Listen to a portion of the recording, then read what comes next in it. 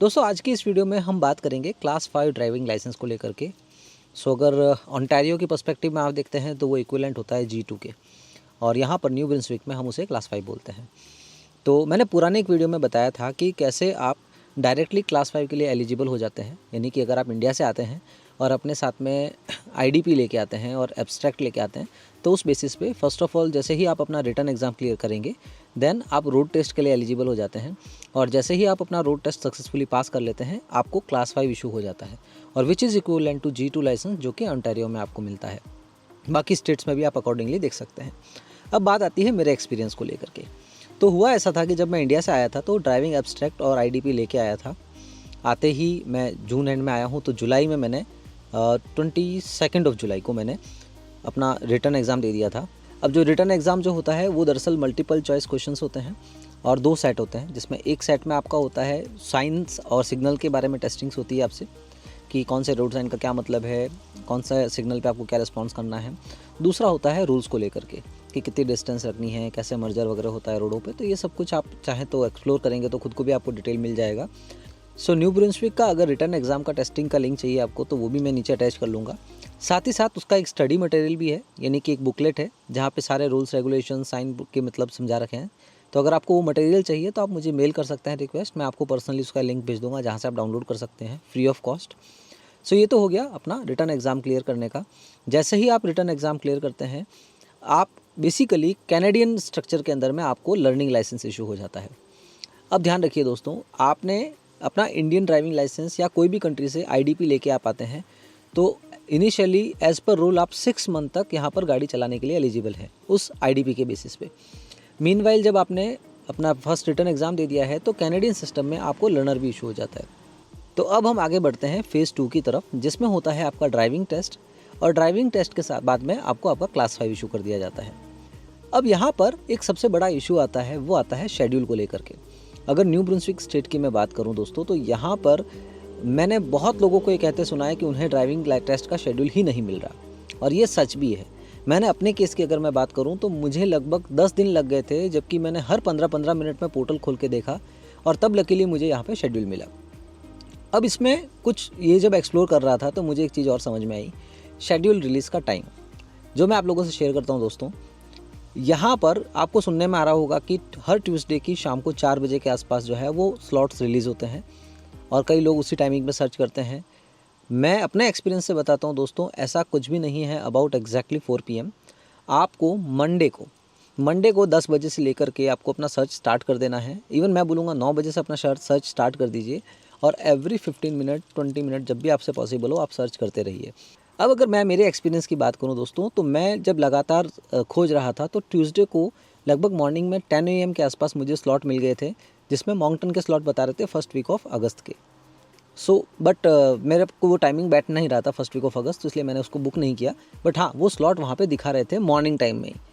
इसी तरह से अगर मैं शैकविले की बात करूँ, जहाँ पर मैंने एग्जैक्टली मेरा ड्राइविंग टेस्ट दिया, वो शैकविले में आपको जो शेड्यूल मुझे मिला है वो मिला है फ्राइडे को दिन को 12 बजे के आसपास। तो यहाँ पर आप इतना तो समझ सकते हैं कोई एग्जैक्ट टाइम नहीं है मेरे एक्सपीरियंस के मुताबिक कि स्लॉट रिलीज़ होने के। सो इसमें आपको क्या करना होगा, मैं बेस्ट तरीका यही सजेस्ट करूँगा कि आप हर 15 मिनट या 20 मिनट में शेड्यूल सर्च करते रहिए। और अगर आप मॉन्कटन में हैं तो मैं सजेस्ट करूँगा कि मॉन्कटन की पेरिफेरल में 4-5 सिटियाँ जो 50 से 60 किलोमीटर की रेंज में आती है, जैसे कि शैकविले हो गया, शैडिएक हो गया, बुटेक हो गया, तो इस तरह की सिटीज़ को भी आप अपनी लिस्ट में रखिए और वहाँ पर भी शेड्यूल को सर्च करते रहिए। जब आप फ्रिक्वेंटली सर्च करते रहेंगे तो आपकी प्रोबेबिलिटी बहुत बढ़ जाती है कि आपको कोई शेड्यूल मिल जाए। अब यहाँ पे न्यू रिलीज स्लॉट भी मिलते हैं, साथ ही साथ कुछ वो भी स्लॉट मिल जाते हैं जो किसी ने कैंसिल किए हों उसके अगेंस्ट में। सो अगेंस्ट कैंसिलेशन जिसे मैं बोल सकता हूँ। अब ये तो हो गया स्लॉट बुक करने की बात। अब आती है दोस्तों, जब आप एग्ज़ाम देने जाएंगे तो आपको डॉक्यूमेंट्स क्या क्या चाहिए। तो अगर मेरे केस में जैसे ही स्लॉट बुक हुआ, अब जैसे ही मैं टेस्ट वाले दिन सर्विस न्यू ब्रुंसविक के ऑफिस में पहुंचा तो मुझे सबसे पहले जो डॉक्यूमेंट मांगा गया वो था आपका आइडेंटिटी डॉक्यूमेंट। अब आइडेंटिटी डॉक्यूमेंट में आपका आता है परमिट या फिर PR या फिर वीज़ा, जो भी आपके पास में वीज़ा डॉक्यूमेंट है वो आपको वहाँ पे लेके जाना है। दूसरा आपका पासपोर्ट की कॉपी, जो कि आपकी लोकल आइडेंटिटी भी हो जाती है। अब बेसिकली आपके पास यहाँ पर मतलब मेरे पास में माउंटेन की कोई लोकल आइडेंटिटी नहीं थी, तो इसलिए मेरा पासपोर्ट उन्होंने एक्सेप्ट किया। उसके बाद में आता है आपका 2 एड्रेस प्रूफ। अब एड्रेस प्रूफ की लिस्ट जो है, मतलब एड्रेस प्रूफ में कौन कौन से डॉक्यूमेंट एक्सेप्ट किए जाते हैं, उनकी लिस्ट मैं यहाँ पर नीचे मेरे वीडियो में एक लिंक डाल दूँगा जहाँ पर आप रेफ़र कर सकते हैं। मेरे केस में जो है मैंने एक टेलीफोन का बिल दिया था, और आप चाहे तो पे स्टब दे सकते हैं, आप चाहे तो अपना लीज़ एग्रीमेंट दे सकते हैं, तो मैंने लीज़ एग्रीमेंट दिया था। सो लीज़ एग्रीमेंट और टेलीफोन बिल, 2 एड्रेस प्रूफ मैंने उनको दिए थे कि मेरा एड्रेस ये है। इस तरह से बहुत सारे अल्टरनेटिव्स हैं, तो उनमें से कोई भी आप सेलेक्ट करके आप वो सबमिट कर सकते हैं। सो इस तरह से एक आपका वीज़ा डॉक्यूमेंट हो गया, एक आपका पासपोर्ट हो गया, और 2 जो है आपके लोकल एड्रेस प्रूफ हो गए। ये 4 डॉक्यूमेंट आप सबमिट करेंगे। सबमिशन करने के साथ ही आपको $75 जो है वो एप्लीकेशन फ़ी ले ली जाती है आपकी, और उसके साथ में $25 प्लस जो टैक्सेस हैं वो लिए जाते हैं रोड टेस्ट के। अब दोस्तों यहाँ पे एक सबसे इम्पॉर्टेंट बात आती है कि जब आप टेस्ट देने जाते हो तब आपसे आपका कंट्री का लाइसेंस ले लिया जाता है। तो यहाँ पर मेरा इंडियन लाइसेंस था, वो मुझे यहाँ पर जमा कर देना पड़ा। अब उसके बाद में जैसे ही आप वो इंडियन लाइसेंस जमा कर देते हो, वो आपको एक लर्नर लाइसेंस का प्रिंट आउट निकाल के देते हैं। अब यहाँ पे इस चीज़ समझिएगा कि जैसे ही आप टेस्ट देने गए ना, तो अब आपके पास जो अथॉरिटी थी ना इनिशियल 6 महीने तक ड्राइव करने की, वो वहाँ पे ख़त्म हो गई।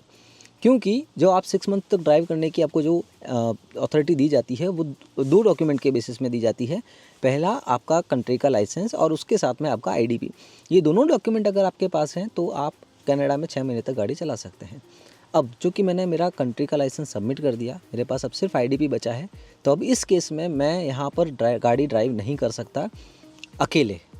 तो अब मैं लर्नर बन गया हूँ, तो मेरे को वो लोग जो है वो एक लर्नर लाइसेंस का प्रिंट आउट दे देते हैं, और आपको ये बताया जाता है कि अगर आपका ड्राइविंग टेस्ट आज सक्सेसफुल हो जाता है तो आपको क्लास 5 इशू कर दिया जाएगा।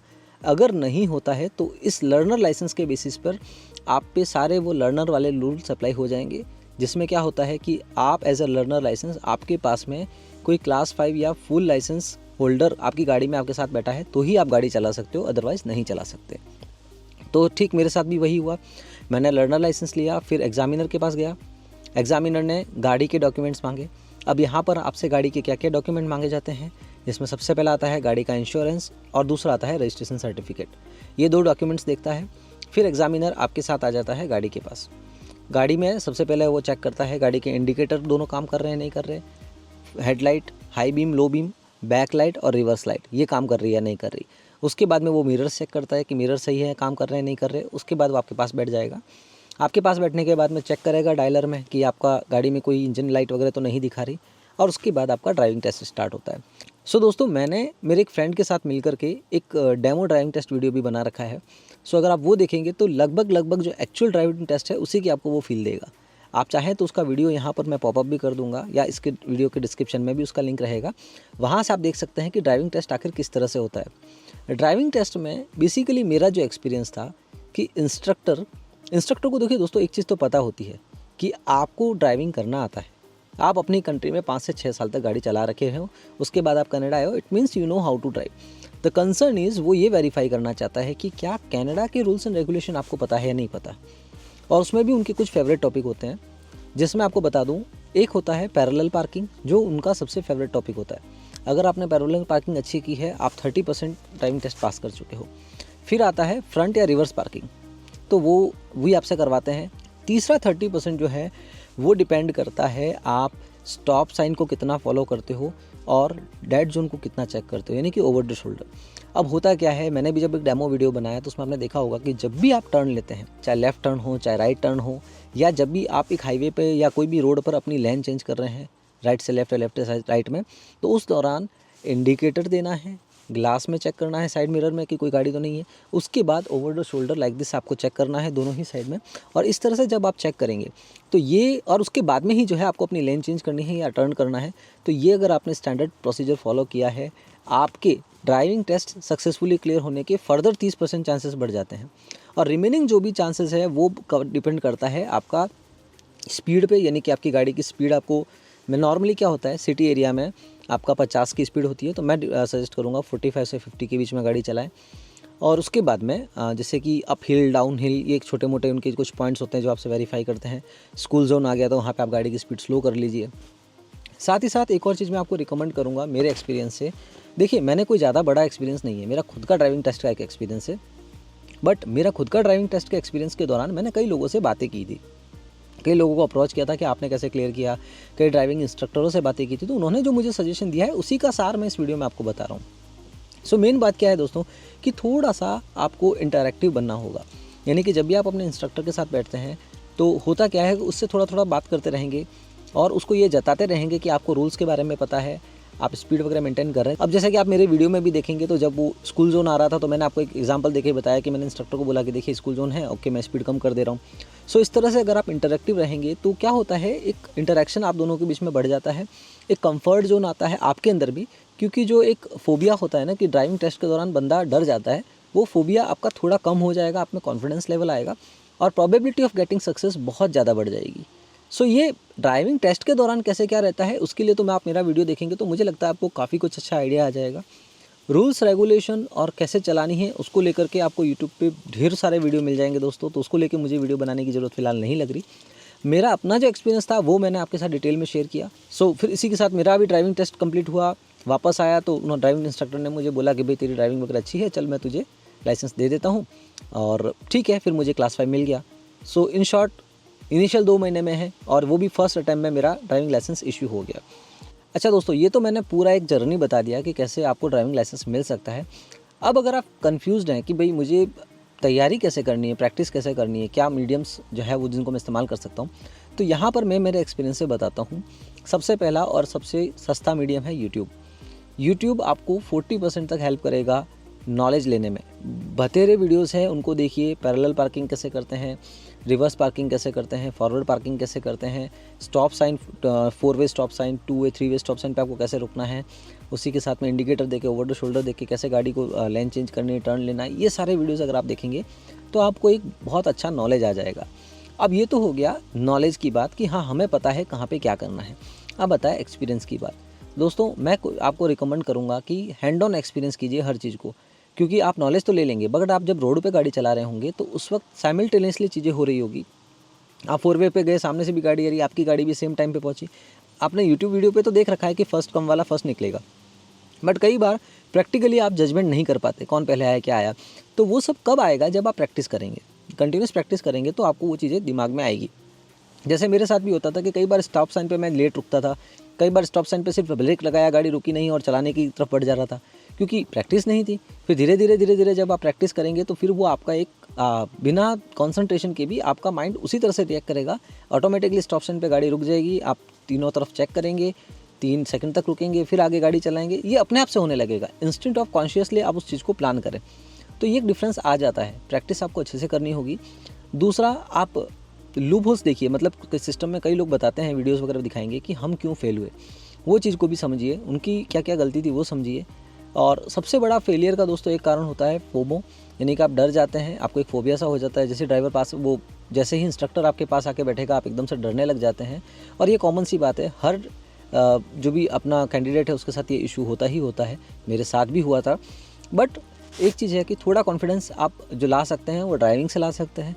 दूसरा कॉन्फिडेंस ला सकते हैं थोड़े से टॉकटेटिव होकर, कम्युनिकेशन बढ़ा करके इंस्ट्रक्टर के साथ ला सकते हैं। तीसरा, अपना नॉलेज इंप्रूव करके ला सकते हैं। और फाइनली वो इंडिविजुअल का बिहेवियर है दोस्तों। कुछ लोग मदमस्त होकर के अपना एग्ज़ाम दे देंगे, कुछ डर के देते हैं, और डरने वाले अक्सर फेल होने की चांसेस ज़्यादा रहते हैं। ठीक है, बाकी ये तो केस टू केस है। कई बार हो सकता है कि आपका एग्जामिनर इतना टॉकटेटिव ना हो, इतना अच्छा ना हो, तो आप अननेसेसरीली बात करने जाएंगे और वो उसको नेगेटिव वे में भी ले सकता है। तो ये सब चीज़ें इतनी थंब रूल में नहीं होती है। बट हाँ, जो मैंने लोगों से समझा, मैंने अपनी लाइफ में एक्सपीरियंस किया, मैंने वहाँ पे थोड़ी बात करने की कोशिश की, अपने आप को कंफर्ट जोन में लाने की कोशिश की, और मेरा जो एक्सपीरियंस पॉजिटिव रहा, मुझे ड्राइविंग लाइसेंस मिल गया। तो यही चीज़ें मैंने आपके साथ में भी शेयर की है। आशा करता हूँ आपको ये वीडियो कुछ ना कुछ काम लगेगा, कुछ इन्फॉर्मेटिव बातें आपको यहाँ से जानने को मिलेगी। और अगर आपको भी अपना लाइसेंस मिलता है और उसमें इस वीडियो का छोटा मोटा भी अगर योगदान लगता है दोस्तों, तो लाइक, सब्सक्राइब और शेयर करना ना भूलें। कमेंट जरूर कीजिएगा दोस्तों। I hope and best of luck कि आपका भी क्लास 5 जल्दी आ जाए। हाँ, अगर शेड्यूल को लेकर चिंतित है तो मैं आपको बता रहा हूँ, उसके लिए आपको खुद को ही लगना पड़ेगा। हर 15-20 मिनट में सर्च करते रहना पड़ेगा। ये थोड़ा सा टफ टास्क होता है, क्योंकि हर एक सिटी वाइज आपको सर्च करना पड़ता है, और 5-6 सिटी के लिए भी हर 15-15 मिनट में सर्च करेंगे तो वो एक टाइम कंज्यूमिंग टास्क है। बट क्या कर सकते हैं, वो करना तो पड़ेगा ही अगर आपको ड्राइविंग लाइसेंस लेना है तो। चलिए दोस्तों, चलता हूँ, दोबारा से आपके सामने आऊँगा एक और नया इन्फॉर्मेटिव वीडियो लेके। तब तक के लिए धन्यवाद, नमस्कार।